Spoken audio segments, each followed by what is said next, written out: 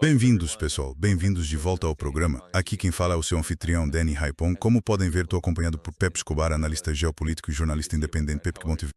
Bom te ver, Danny. Conta pra mim. Estamos todos completamente loucos, mas é bom te ver e bom falar com seu público de novo. Sim. Galera, apertem o botão de curtir quando entrarem. Vamos começar agora mesmo. Então, Pepe, você escreveu várias colunas nos últimos dias sobre o que está acontecendo. As últimas atualizações sobre a guerra com o Irã. O Irã, mais uma vez, sabe, Pamo, Damona, Tel Aviv, Israel, atingiu 2 portos no Kuwait durante a noite. Queria também te perguntar sobre o estreito e os movimentos por lá. Há relatos, até nas últimas horas, de que o Irã começou a afastar os navios restantes e a dizer que não, vocês não podem atravessar agora. Muitos acreditam que provavelmente é porque há uma operação prestes a começar lançada pelos Estados Unidos, que estão enviando milhares de tropas fuzileiros navais. Eles devem chegar provavelmente hoje ou amanhã, e 10 mil supostamente serão deslocados muito em breve. Mas, segundo autoridades dos Estados Unidos que falaram com Donald Trump, nenhuma dessas opções para uma guerra terrestre parece muito boa. Sei que você tem acompanhado tudo isso. Como você vê a guerra neste exato momento, já que estamos entrando no período de um mês? Isso já dura quase um mês agora. Bem, o que está acontecendo em Hormuz hoje é um pouco diferente do que acontecia até ontem. Na coluna que publiquei ontem, grande parte explica como isso funciona. É relativamente simples, mas bastante complexo para os donos dos petroleiros, na verdade. São 3 etapas. Primeiro, eles têm que submeter todos os dados a um corretor. Esse corretor está ligado ao Corpo da Guarda Revolucionária Islâmica do Irã.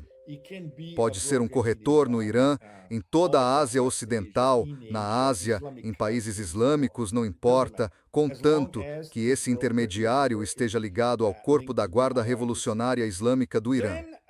Depois, o Corpo da Guarda Revolucionária Islâmica do Irã vetar todas as informações.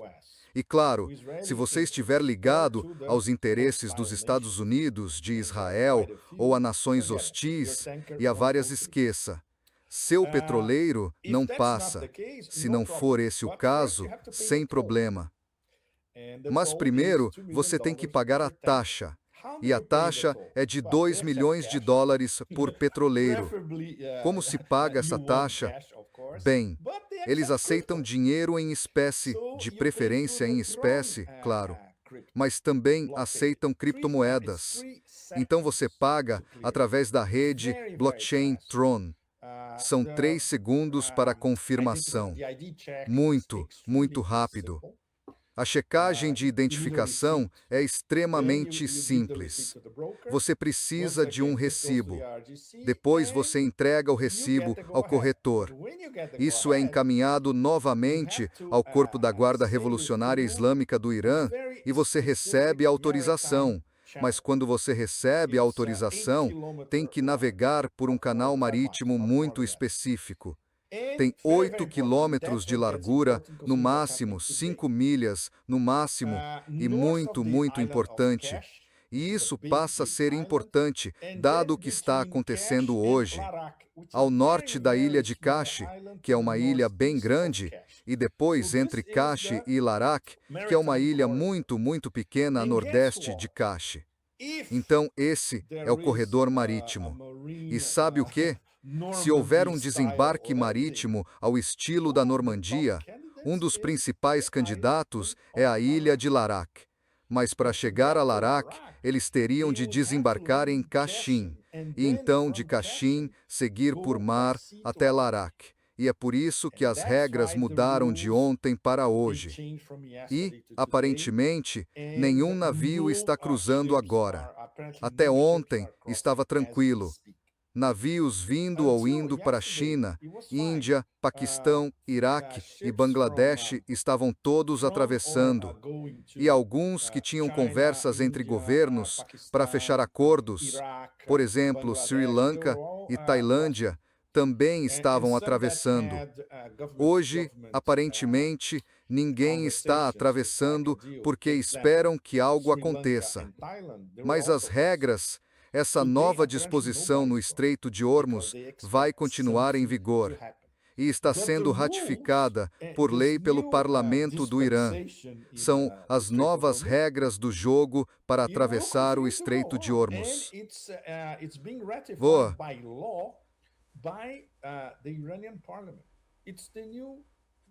Dação Toikala.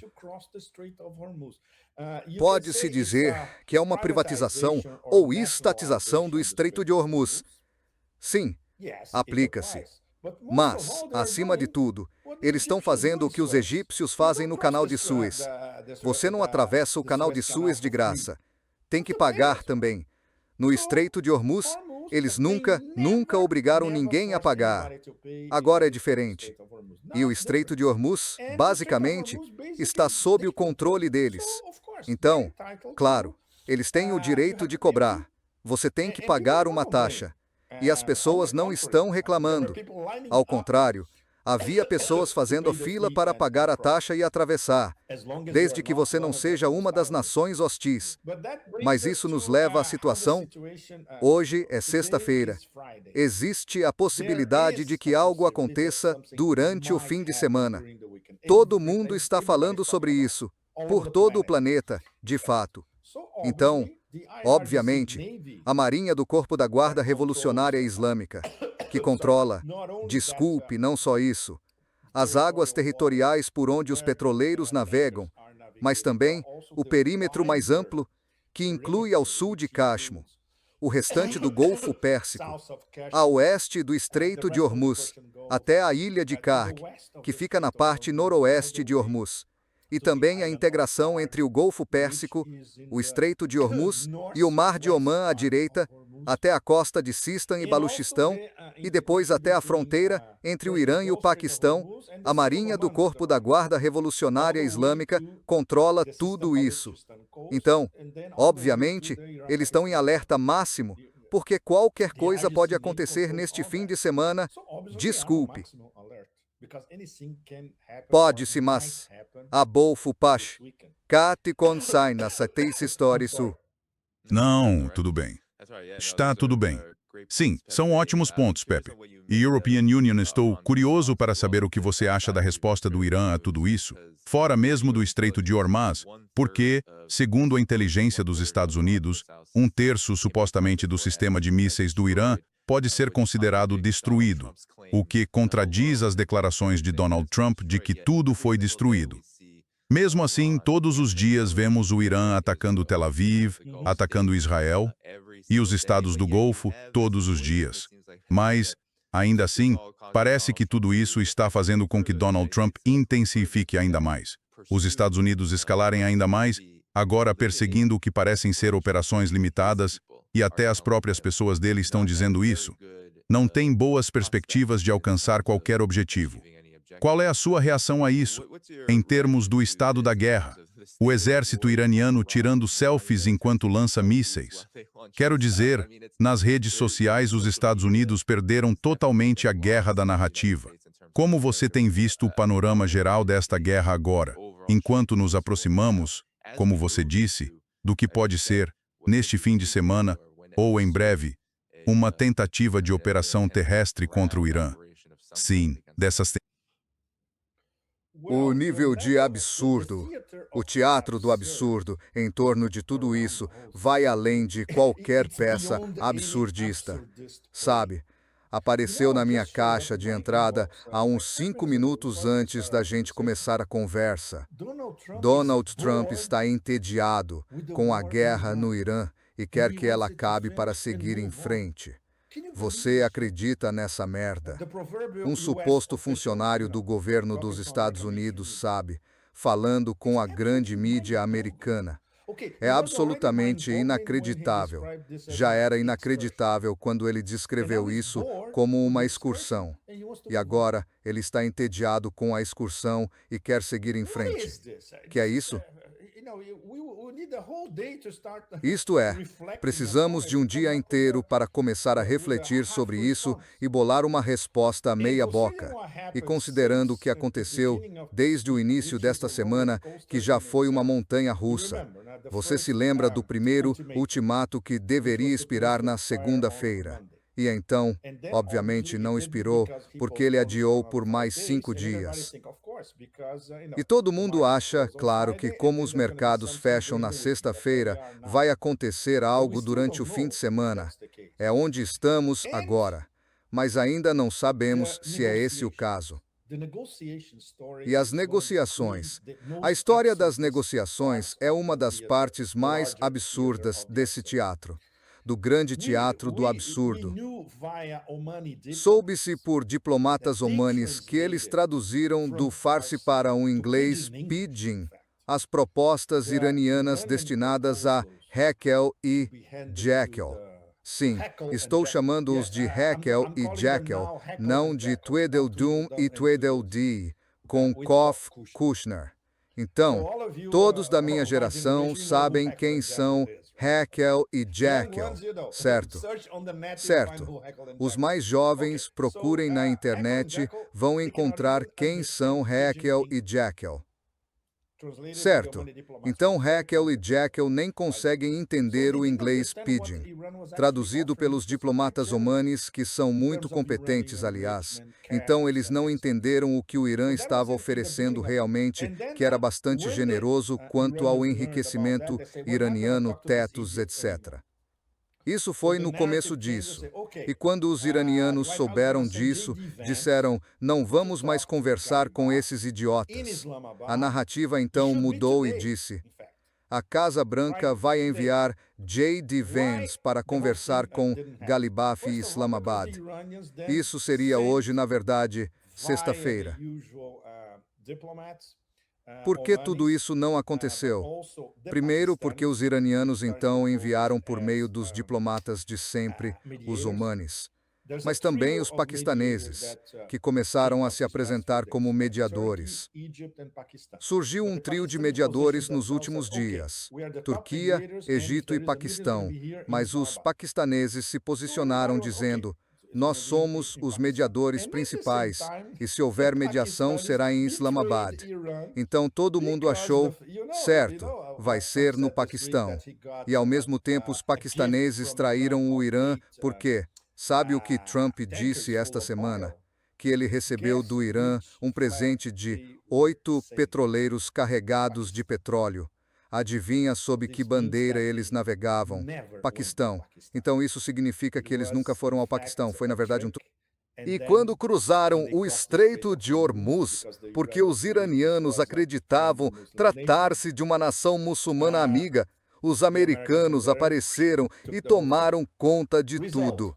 Resultado: os navios de bandeira paquistanesa já não atravessam o Estreito de Hormuz. Os iranianos os bloquearam imediatamente. Mas o problema é que, durante a semana, eles se posicionaram para isso, por assim dizer. A primeira parte desse novo não-acordo, desse não-plano, o plano de 15 pontos, a proposta norte-americana. E os iranianos, claro, ficam tipo, dissemos o que queremos desde o começo. Vou repetir, para que agora vocês entendam em bom português. Tudo o que já sabemos. Nada de bases dos Estados Unidos na Ásia Ocidental. Pagamento de reparações e indenizações por danos de guerra. Fim das sanções, o programa nuclear civil continua, sem restrições ao programa de mísseis, sem restrições à colaboração com o Hezbollah, com Ansar Allah e por aí vai. Então, obviamente, as duas posições são totalmente incompatíveis, certo? Mas aí a narrativa mudou de novo durante a semana, porque agora todo mundo espera um desembarque ao estilo da Normandia. E aí, vai ser em Karg, vai ser em Sistan e Baluchistão, perto do porto de Chabahar, vai ser em Larak, vai ser na ilha Abu Musa, que é iraniana, mas também reivindicada pelos Emirados Árabes Unidos. E agora, European Union diria que o ponto mais alarmante de todo esse vai e vem é que os Emirados Árabes Unidos, para todos os efeitos, já anunciaram que vão entrar na guerra lado a lado com os Estados Unidos. Começou com aquele artigo de opinião no Wall Street Journal, publicado pelo embaixador dos Emirados Árabes Unidos nos Estados Unidos, Youssef Al-Otaiba. Foi um artigo de opinião absolutamente aterrador, mas ficou bem óbvio que era isso que eles queriam. E por que isso, Danny e todos vocês, sigam o dinheiro? Os Emirados Árabes Unidos assinaram acordos de 1,4 trilhão de dólares com os Estados Unidos em investimentos na economia norte-americana, inteligência artificial, semicondutores, o que você imaginar. Então, eles têm que seguir o dinheiro. E para isso acontecer, precisam reativar a economia dos Emirados Árabes Unidos. E no momento está um desastre total. Dubai, como a conhecemos, o modelo de negócios de Dubai já está morto. Abu Dhabi, muito parecido.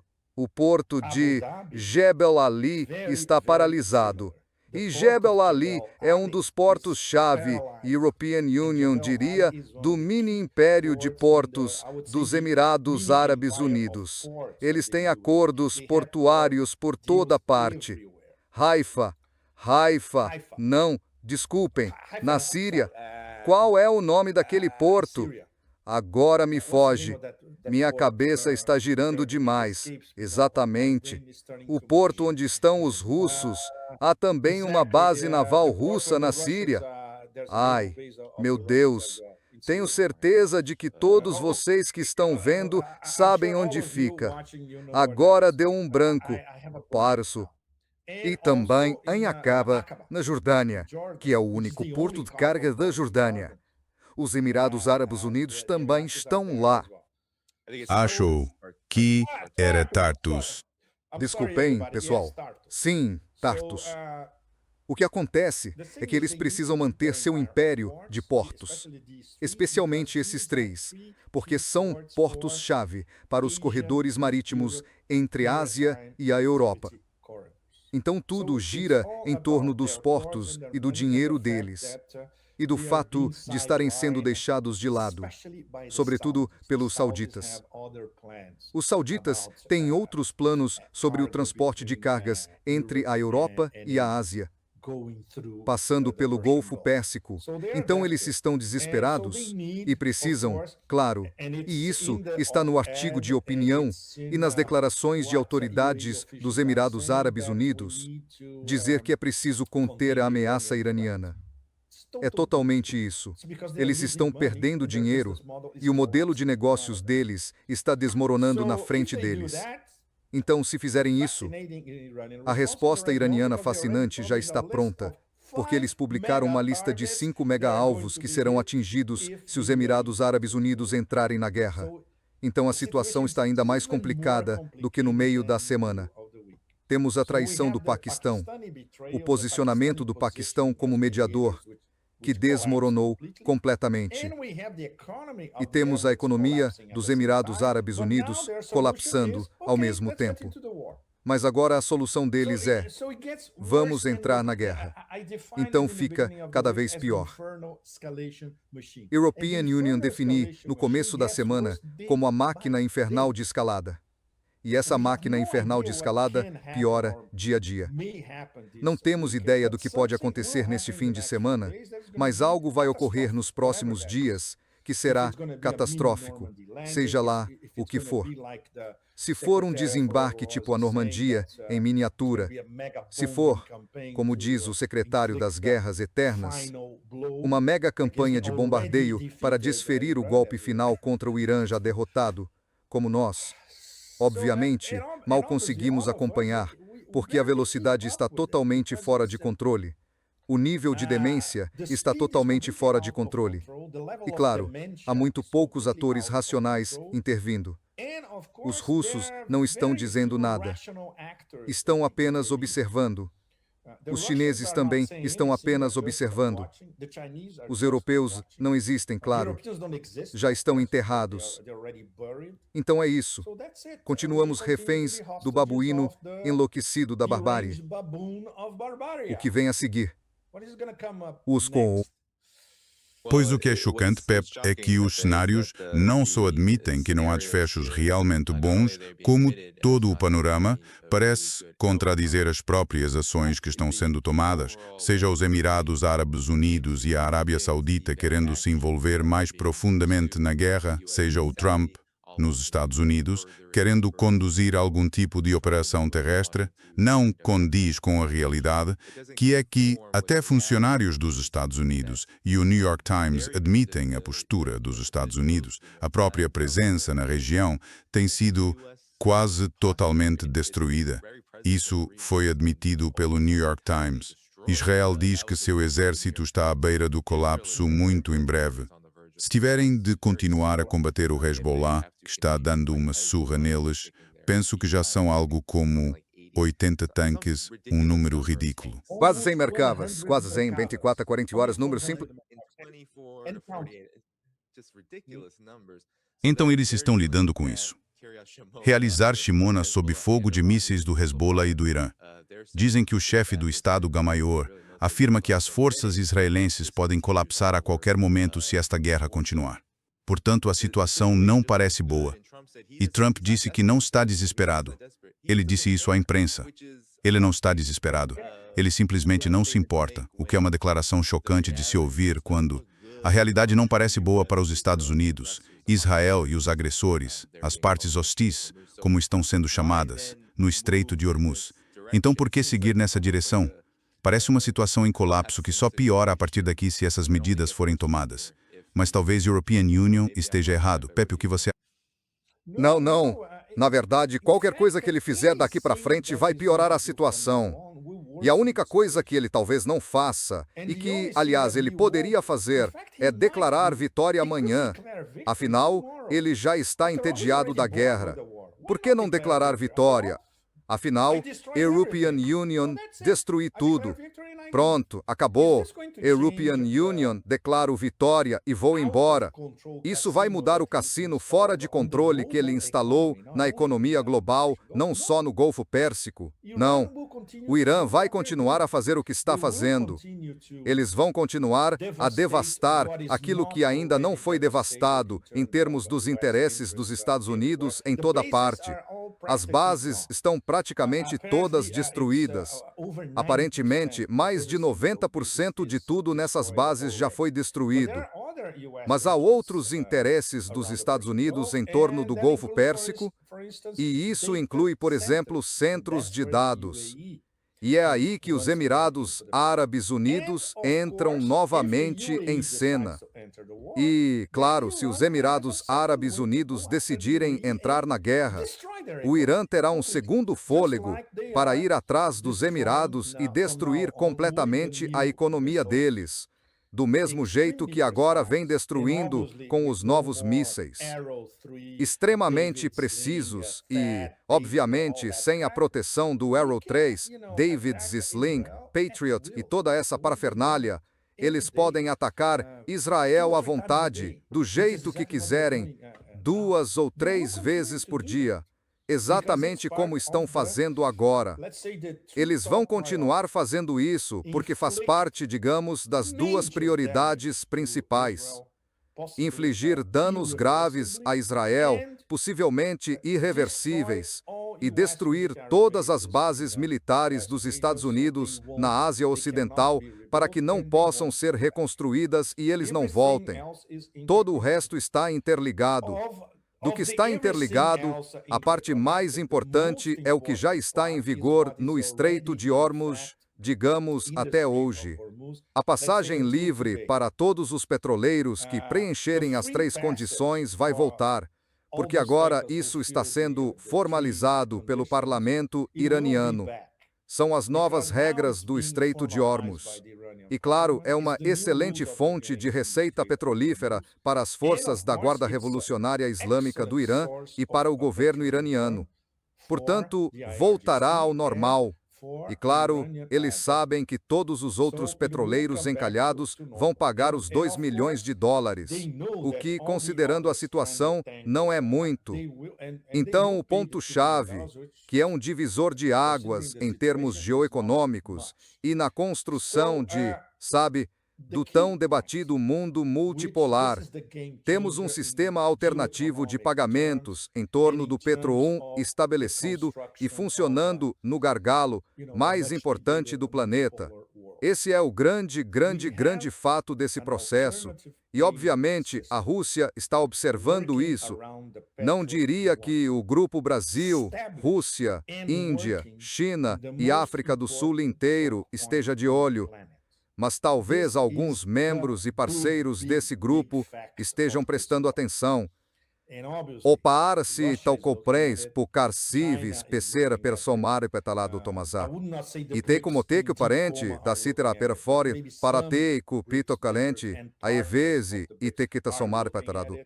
E todo o sul global prestou atenção. Portanto, não há como voltar atrás nisso. Isso já está em vigor. É algo que inúmeras cúpulas do Grupo Brasil, Rússia, Índia, China e África do Sul não conseguiram alcançar. Foi alcançado com um movimento do Irã. Então as repercussões serão imensas. É o Petro 1 em ação para todo o planeta ver. O tal Petro 1, e aí você pode navegar sem problema. Sem problemas extras, sem problemas depois. Seja o que for. Então isso é o mais importante. E o Irã, depois de estabelecer isso, defenderá esse novo modus operandi, com tudo o que tiver, o que, aliás, ainda não usou, certo? Muito importante. Muito importante. Todas aquelas cidades subterrâneas invisíveis de mísseis, a maioria delas fica no sudeste e no leste do Irã, perto da fronteira com o Afeganistão. Os Estados Unidos nem sabem onde elas estão. Por isso ainda não foram bombardeadas pelo palhaço do Departamento de Estado. Eles não sabem onde ficam. Ou seja, o Irã ainda nem as utilizou. A maneira como eles ajustam sua estratégia de mosaico descentralizado envolve sempre um pequeno ajuste a cada 2 ou 3 dias. Mas, incrementalmente, a dor fica cada vez mais insuportável, especialmente para Israel. E não é de se surpreender que agora eles nem consigam censurar e disfarçar o que está acontecendo dentro de Israel. Mesmo com essa mega censura, é óbvio demais, é escancarado demais.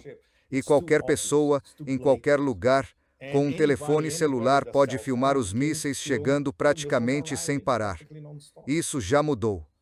E se os Emirados Árabes Unidos cometerem essa suprema estupidez de entrar na guerra, o que está acontecendo com Israel, agora vai acontecer com eles. Exatamente a mesma coisa. E a economia deles vai ficar paralisada. E não será apenas o esquema bling-bling de lavagem de dinheiro de Dubai que vai ruir. Isso já aconteceu. Será o modelo inteiro dos Emirados, por completo. Os centros de inteligência artificial, os centros de dados, os portos, os aeroportos, tudo. Aquelas companhias aéreas reluzentes, que, aliás, são bem decentes. É isso. Acabou.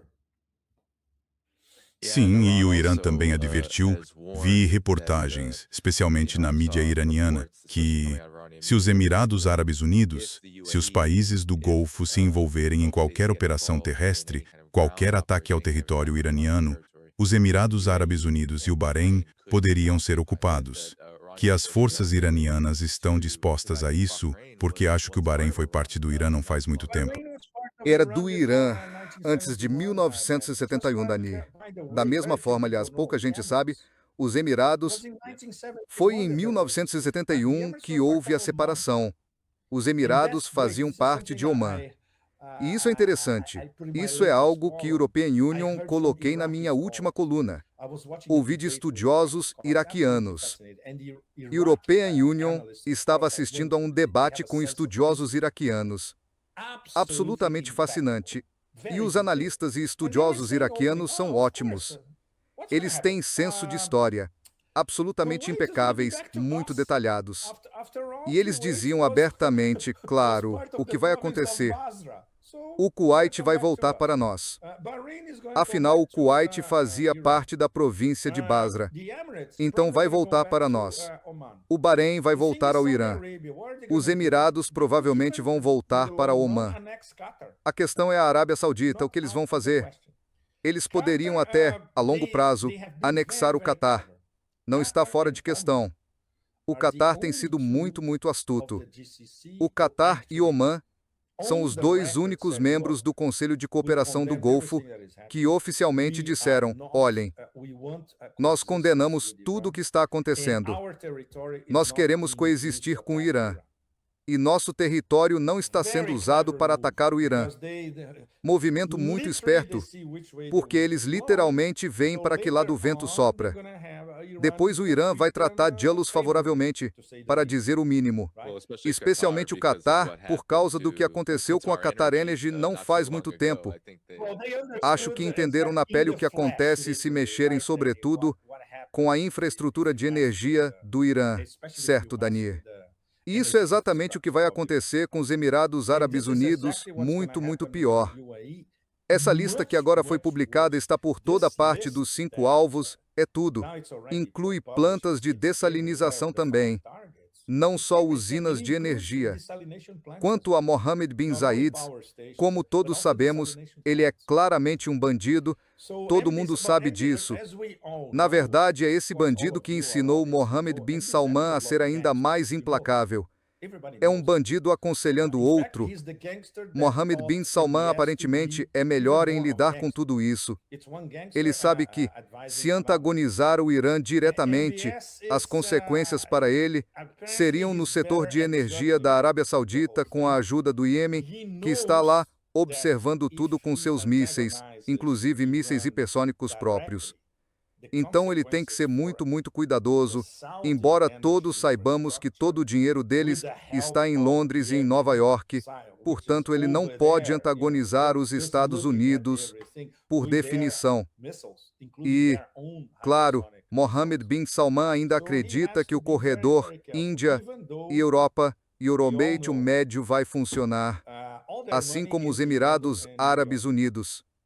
Ambos ainda acreditam que o corredor Índia e Europa e Oriente Médio vai funcionar, assim como os Emirados Árabes Unidos.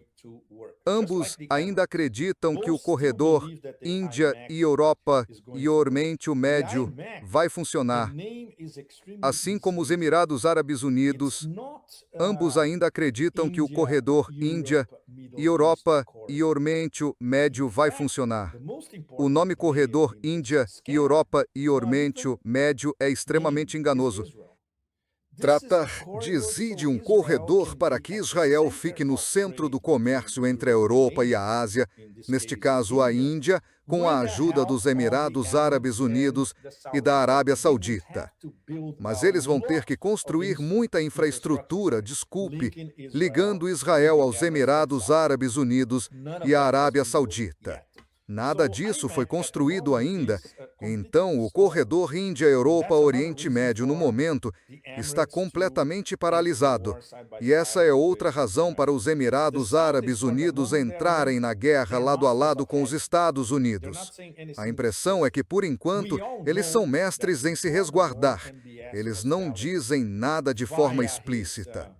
Todos sabemos que, antes da guerra, Mohammed bin Salman dizia, por meio do seu homem Paul no WhatsApp, Jared Kushner, a Trump, vai em frente, ataque o Irã. E agora chegam ecos de diferentes partes do Golfo Pérsico de que, sim, isso não mudou nem um pouco, mas não é explícito. Essa é a diferença. Nos Emirados Árabes Unidos, agora ficou explícito. Todo mundo sabe que os Emirados Árabes Unidos estão prontos para entrar na guerra. Quanto à Arábia Saudita, eles são um pouco mais discretos, embora já façam parte da guerra. Não há dúvida sobre isso. Mas se isso se tornar flagrante do ponto de vista iraniano, uau! Se você está na Arábia Saudita, é melhor sair o quanto antes. Não, quero dizer, É impressionante também, porque o exército iraniano também divulgou que, e acho que isso mostra onde as coisas estão, eles disseram que têm 1 milhão de tropas, 1 milhão de forças prontas para enfrentar os Estados Unidos. Lembre que os Estados Unidos estão falando de 10 mil no futuro, alguns milhares de paraquedistas, uns 4 mil fuzileiros navais, é o que estão falando. Números realmente pequenos e sabemos, Pepe, que tudo isso tem a ver com movimentos estratégicos. Tudo isso tem a ver com tentar ganhar vantagem através da energia. Então, Pepe, o que isso faz aos mercados de petróleo e a todo o sistema financeiro controlado unipolar? Porque já vimos cerca de US$ 1 trilhão sumir da Bolsa de Nova York em um dia só por causa da continuação da guerra. E continua, sabe, o jogo de blefe e ameaças de Donald Trump, alegando que virá uma pausa nessa guerra e que o Irã está implorando aos seus pés.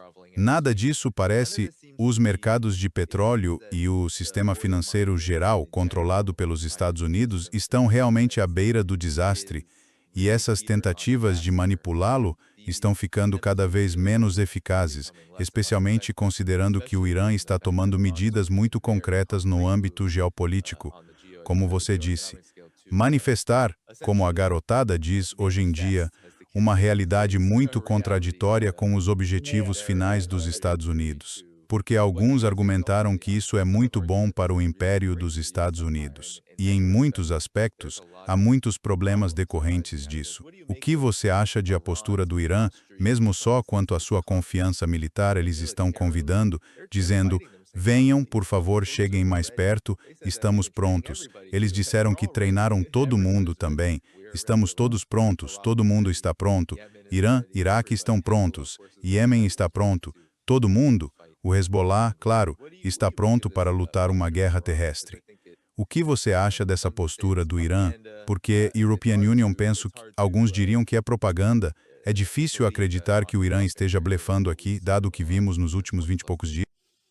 Não há blefe, é a estratégia deles.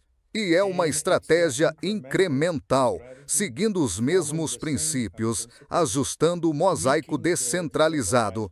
Mas os objetivos, as metas, permanecem os mesmos, e estes são os alvos principais. Temos que repetir isso várias e várias vezes. Estabelecer sua capacidade de dissuasão, que já foi demonstrada para o mundo inteiro ver. Lutando contra o chamado maior exército na história das galáxias.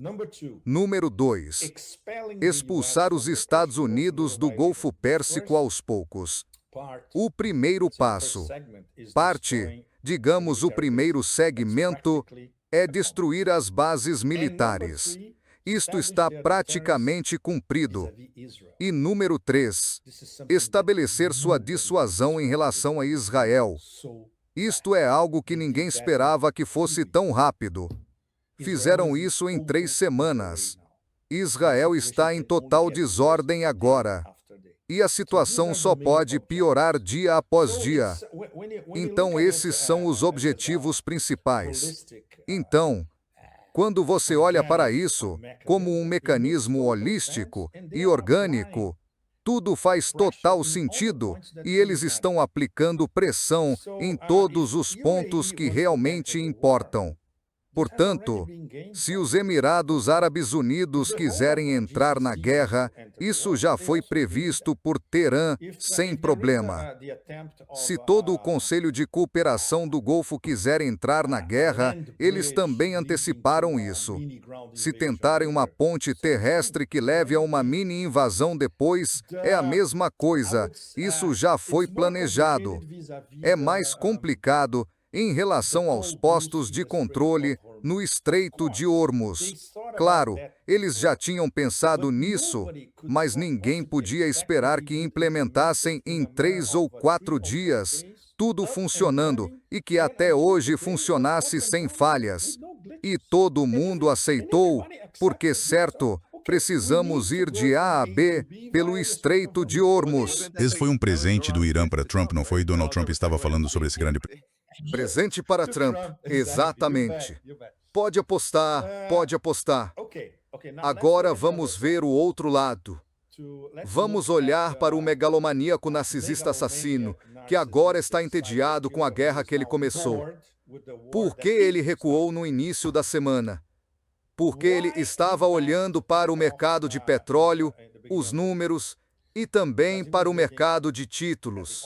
Muito mais importante, na verdade, que o mercado de petróleo, porque o mercado de títulos pode dizer aos Estados Unidos que eles não conseguem mais pagar por nada e vão colapsar. Então, antes do fim do ultimato, o rendimento do título do Tesouro dos Estados Unidos há 10 anos estava se aproximando de 5%. De fato, passou de 5%. Depois voltou a cair. Voltou para cerca de 4,4 ou 4,5 depois que ele adiou. E agora está de novo em 4,4, 4,5 e subindo aos poucos. Então, se isso acontecer na próxima semana com a possibilidade de uma mini invasão terrestre, ele vai ter que recuar necessariamente. Na verdade, é fascinante, porque o mercado de títulos pode, no fim das contas, nos salvar a todos, literalmente de uma catástrofe maior, não o mercado de petróleo. Quanto ao petróleo, todo mundo está aceitando que ele vai ficar por volta de $100 por barril, e não há nada que possamos fazer a respeito. Entre 100 e 110, e por aí vai. Certo, mas se as coisas piorarem muito na próxima semana, pode chegar a $120 por barril. E depois de 120, o céu é o limite. Certo? Voltando a aquele personagem que tem a mão sobre 14 trilhões de dólares. Larry Fink, da BlackRock. O sujeito dá uma entrevista à British Broadcasting Corporation, onde basicamente diz que há dois cenários. Teremos petróleo a $40 por barril. 2. Teremos petróleo a $150 por barril. Ele não está apostando em nada. Ele está se protegendo.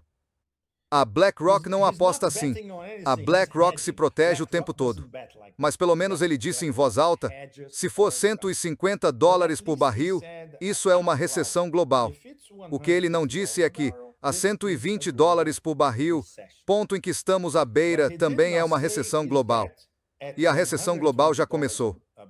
E as perturbações em diferentes latitudes, um pouco por todo lado, aqui no Sudeste Asiático, na Índia, já estão ocorrendo.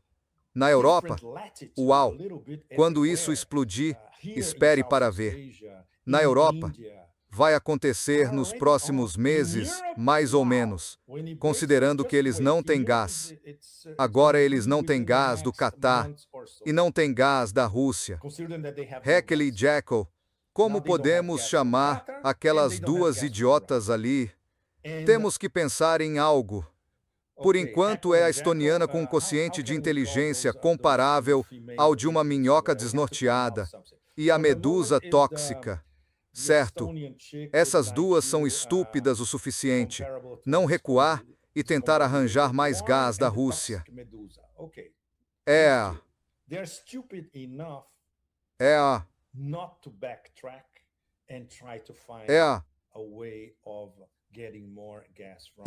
eles não vão fazer isso. Portanto, a Europa vai pagar o preço por causa dessas duas idiotas. É onde estamos. Mas a Europa já cometeu suicídio político. Todo o planeta, até as pessoas nos desertos da África subsaariana, já sabe disso. Todo mundo sabe. Portanto, os efeitos em cascata já estão aí. A maior parte do planeta já está a sofrer. E tudo isso, tudo o que está a acontecer, foi causado por uma única decisão fatídica. O sujeito que agora está entediado decidiu iniciar uma guerra porque os doadores sionistas e o acesso internacional sionista mandaram-no fazer isso. Pois, Pep, o que é isto? Sim. European Union sei. European Union sei. European Union sei.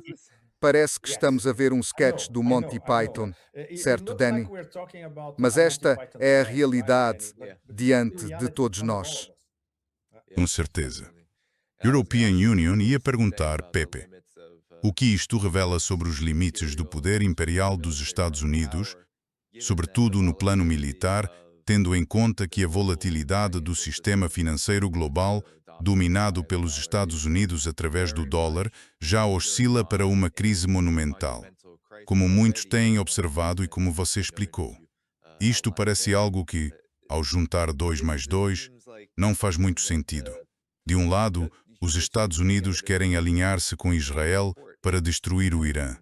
E do outro, toda a economia global diz: se vocês tentarem isso e falharem, se não fizerem depressa o suficiente e sem plano e atacarem os mercados de energia, então tudo vai pelos ares.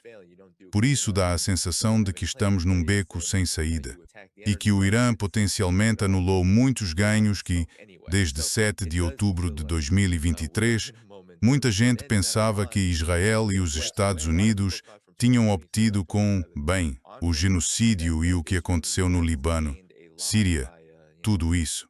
Parece que o Irã, em apenas 3 ou 4 semanas, apagou esses ganhos com toda a destruição que causou no Golfo, em Israel e pelas implicações políticas e geopolíticas disso, sem falar do Estreito de Hormuz, que originou um conflito petro-yuan, um desastre para o Império. O que você acha dessa visão mais ampla, de como isto muda o panorama geopolítico, visto que não há bons desfechos aqui? Os próprios mercados financeiros e o próprio sistema financeiro que os Estados Unidos dominam estão em crise. E as manobras do Irã, a sua estratégia essencialmente, e ao que parece, pelo menos pelo que até ouvimos do The New York Times, apagaram muitos dos ganhos que os Estados Unidos e Israel diziam ter alcançado até 28 de fevereiro. O mais extraordinário é que eles fizeram isso por conta própria, Dani, sozinhos. Uma nação sob 47 anos de sanções absolutamente horríveis e cruéis. Quando você visita o Irã, há tantos lugares onde se veem os efeitos de quase 5 décadas de sanções bem diante dos seus olhos. European Union, vi isso na minha última viagem. Vi nos portos, nos aeroportos, na infraestrutura urbana, em hotéis antigos e por aí vai, em muitas casas antigas que estão se desfazendo. São os sistemas de esgoto, é de cortar o coração. E você sabe que tudo isso se deve a 47 anos de sanções. E ainda assim eles têm um enorme capital humano. Algumas das melhores universidades do mundo. A qualidade dos seus engenheiros, técnicos, matemáticos e físicos é absolutamente excepcional. Eles construíram um enorme complexo militar industrial oculto que está deixando a superpotência apavorada. Estão a lutar sozinhos contra uma superpotência nuclear e outra potência regional nuclear muito, muito forte. E estão a jogar o seu jogo e eles, caramba, estão a infligir um castigo sério aos touros.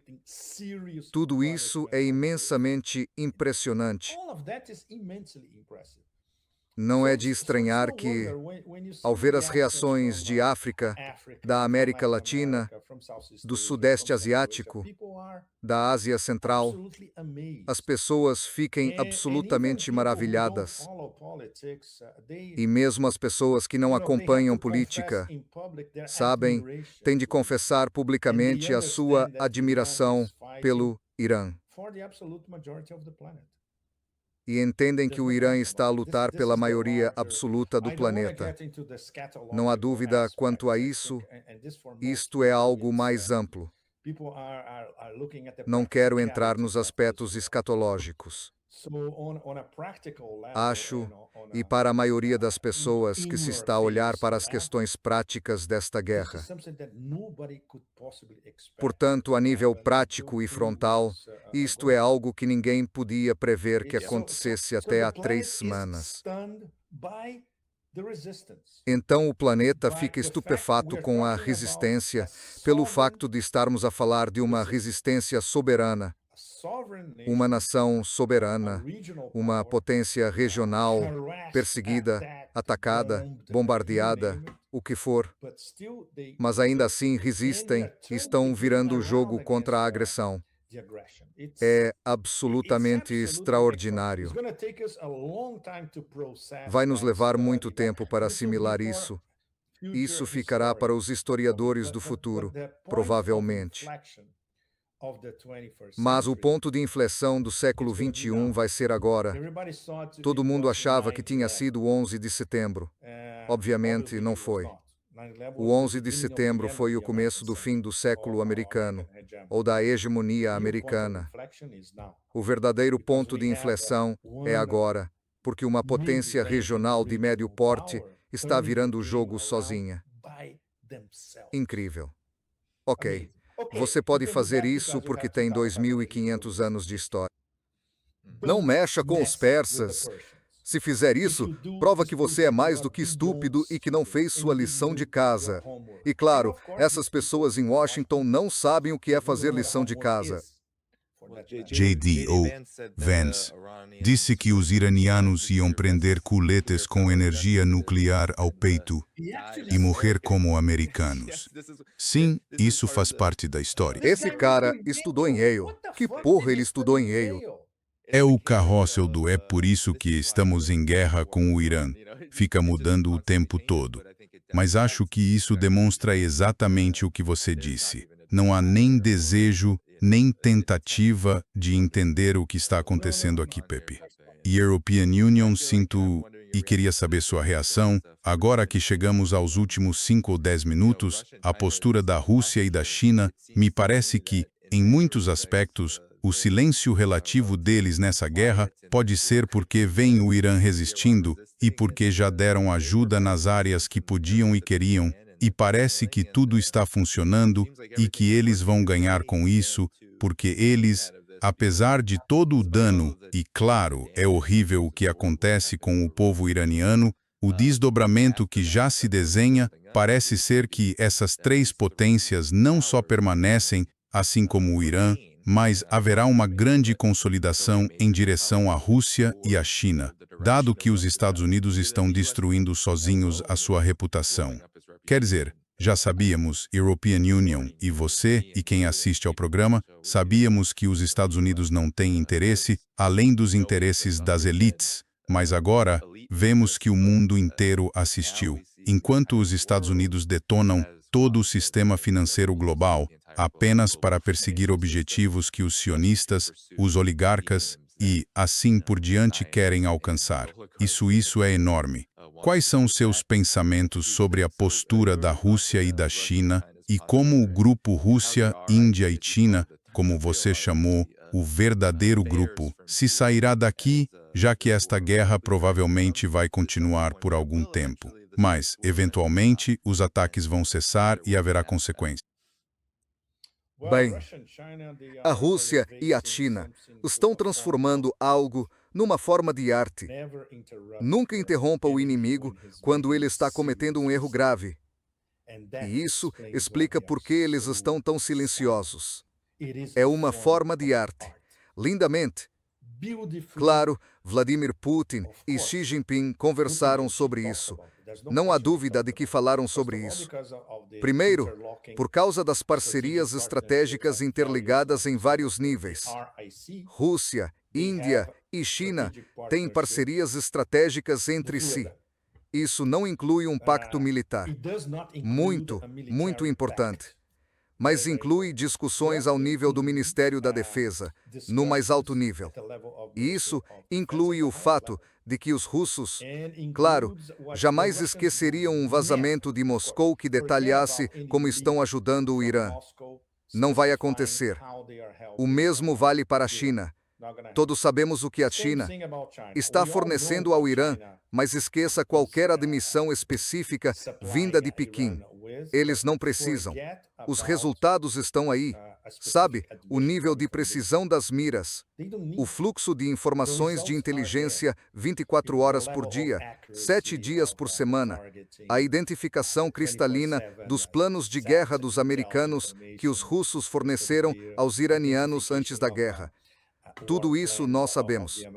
Mas eles não precisam fazer nada. Estão só observando. E o que eles vão dizer?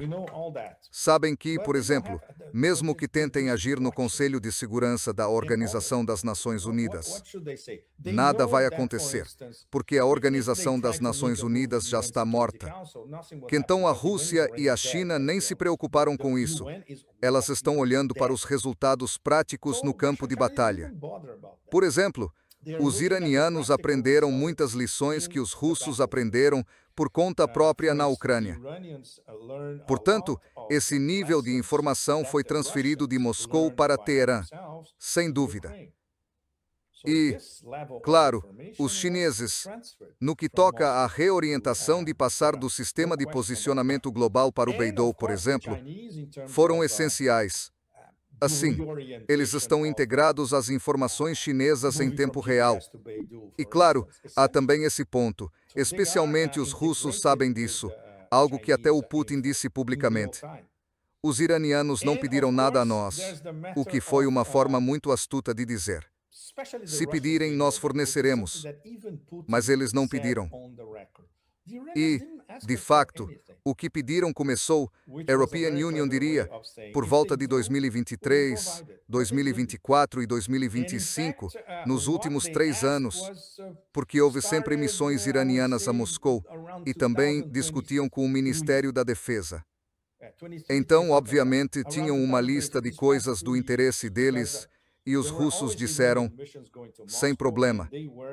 E ao mesmo tempo, quando começamos a descobrir que os Shahid, usados pelo Irã no campo de batalha, são, na verdade, Geran, com antenas cometa, vindas da Rússia, aí todo mundo pôde estabelecer o padrão. Certo, a partir dos Shahid vendidos aos russos. Os russos aperfeiçoaram os Shahid, transformaram-nos em Geran de última geração. E os Geran voltaram para o Irã. E isso Shahidas batesse cito, possi por pelas esterse, as esse. Transformaram-nos em Geran de última geração, ou formaram. E agora estão no campo de batalha, esse tipo de coisa. Mas demora um tempo considerável para certificar que isso está a acontecer. Portanto, na verdade, eles não precisam fazer nada. Claro, se virem que o Irã atingiu todas as indicações que temos no momento, ou, ao contrário, que o Irã está com as costas na parede, obviamente a Rússia e a China farão algo mais enérgico, talvez até mais visível. Mas esse não é o caso. Pelo contrário, e no plano geoeconômico, uau. Para a China, o que está acontecendo é valiosíssimo. Toda a questão do Petro-Yuan, uau, é algo que a China não conseguiria com, European Union diria, 20 ou 30 anos de diplomacia geoeconômica. Conseguiram em 3 semanas. E não por conta própria. Um dos seus aliados serviu isso de bandeja para a China. Pronto. Temos o Petro-Yuan funcionando como um sistema alternativo de pagamentos. Na prática, não nas cúpulas do Grupo Brasil, Rússia, Índia, China e África do Sul. Não dá para superar isso. Não dá para superar isso. Comparações, Daniel. Certo. Precisaríamos de uma conversa extra sobre a interação entre a guerra na Ucrânia e a guerra contra o Irã. Isso é um assunto extremamente complexo. E, por exemplo, há alguns ecos em Moscou, por exemplo. Muita coisa que estava planejada para acontecer em Moscou nas próximas semanas, e essa é uma das razões pelas quais provavelmente voltarei lá no mês que vem, junto com Larry Johnson e alguns amigos. Não está acontecendo porque foi cancelada. Porque a atenção do Kremlin está na guerra. Eles estão estudando a guerra milímetro a milímetro. Viu? E claro, muito interessante. Houve uma reunião hoje, sexta-feira, acho que essa reunião foi ontem ou na noite de quarta-feira, se não me engano. Houve uma reunião privada entre Putin e grandes empresários, incluindo oligarcas. E depois da reunião, o chefe da Federação de Industrialistas e Empresários Russos, Shorskin é um cara muito esperto. Encontrei com ele em Moscou há cerca de 3 anos. Ele disse que Putin está convencido de que a guerra terminará no máximo em 4 semanas. Então, obviamente, ele tem informações que nenhum de nós tem. E foi isso que ele contou aos oligarcas e aos industriais. Então, pelas próximas 4 semanas, toda a atenção deles será para o que vem a seguir. E, obviamente, sabemos que existem canais oligarcas entre Estados Unidos e Rússia, e eles estão conversando entre si. Os oligarcas de ambos os lados estão conversando entre si. E, obviamente, também falam sobre a guerra. Mas o que está acontecendo na guerra contra o Irã? Como isso poderia afetar a guerra entre a Organização do Tratado do Atlântico Norte e a Rússia? Isso é completamente diferente. É uma situação muito volátil. E tenho certeza de que você e muitos entre vocês, nossa audiência, sabem que num amuale,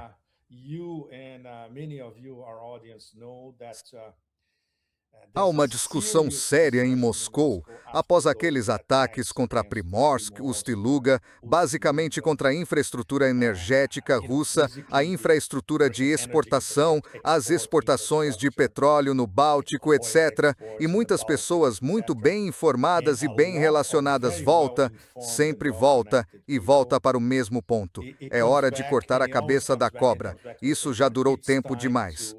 Mas, ao mesmo tempo, todos sabemos que esse não é o modo como Putin conduz os negócios. Então isso vai ser muito complicado. Estou muito curioso para ver como isso será debatido na Rússia, supondo que a guerra continue por mais 4 semanas depois disso, certo?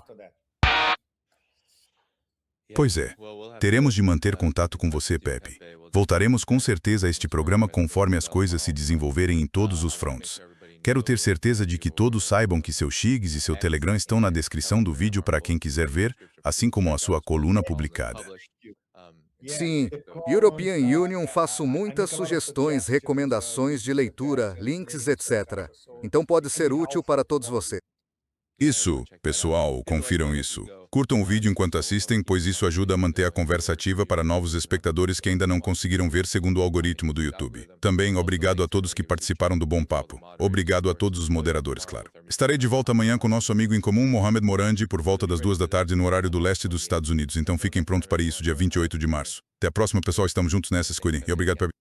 Obrigado, Danny. Obrigado a todos.